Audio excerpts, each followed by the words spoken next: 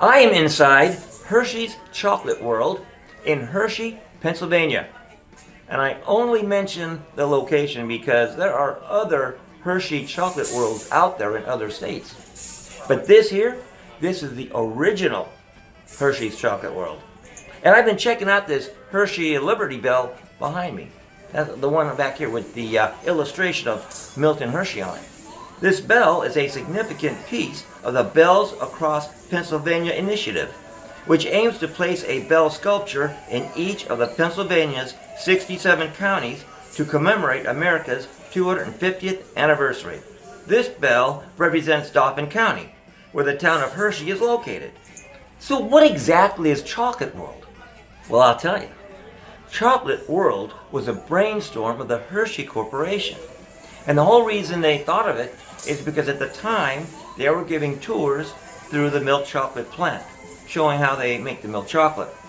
Only problem was the plant wasn't really built for tourists. A few was okay, and they would, make sure everything was sanitary and all that stuff. But as time went on, now you're having millions of people a year going through the plant. Well, they couldn't have that anymore. There's just too many people for the plant. So what they did, they decided, well, let's create Chocolate World. So now, instead of touring the actual chocolate plant, there's a free ride here where you sit in cars that take you on a tour of the milk chocolate production process. There are also a few other attractions here, such as Hershey's Great Candy Expedition, Create Your Own Candy Bar, Hershey's Unwrapped, a chocolate tasting journey, and of course the Hershey Trolley Works, where you go on various tours in trolleys throughout the historic town. A lot to see, a lot to do. So where should we begin? Let's see. Well, my favorite, create your own candy bar experience. And it is an experience. That's where you'll actually pick the ingredients you want to put in your candy bar, and you go to various kiosks and put it on your information, and you choose and you watch it being made, and yep, I think that's what we'll do that. So first of all, they're going to give you an apron. They're going to give you a hat. Put on your head there for sanitation purposes. And they're going to give you a card. And this card can be scanned at various kiosks in the process. I think there's 3 altogether. The first stop is at the information kiosk, where you enter your name, or any name for that matter, so your candy bar can be tracked throughout the entire process. This will be the name given the finished candy bar when you design your packaging.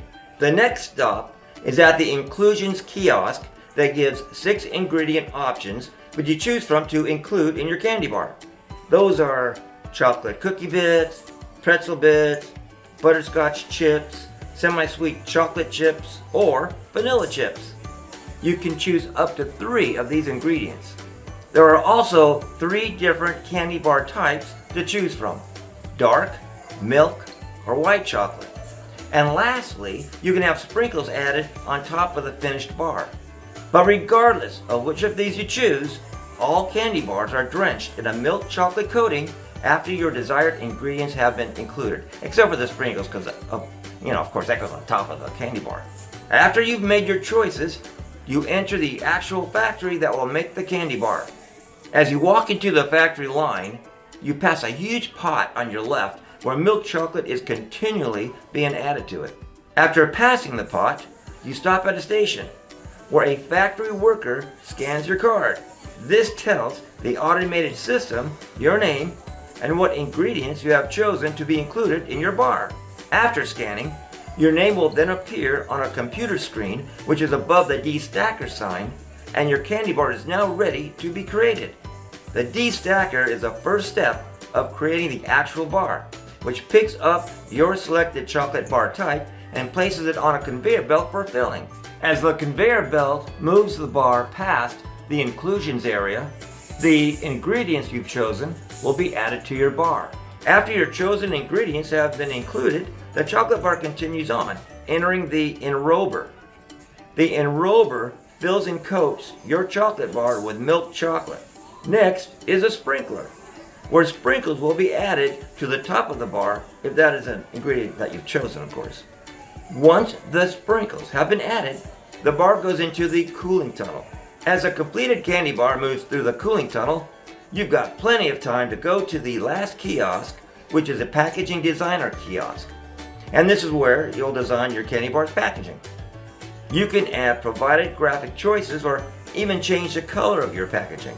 As the candy bar moves out of the cooling tunnel, it slides down a ramp and into the cartoner. This is where it is placed inside a box. The box also has your name printed on it in small letters so it doesn't get confused with somebody else's chocolate bar. There are 2 factory workers at the end of the cartoner, and they put your boxed candy bar into a tin container. Now they already have your printed design packaging, so they match up the packaging name to the name on the candy bar box, and then slide your design packaging over the tin. And that's all there is to it. And then you have your candy bars. Okay, I went through twice. I told you, I love this stuff. I can't help it. It was fun. It was a lot of fun. And which one should I try first? I just don't know. Don't know. I'll let you know. When I open, I'll get a hold of you. We can all try it together. Yeah.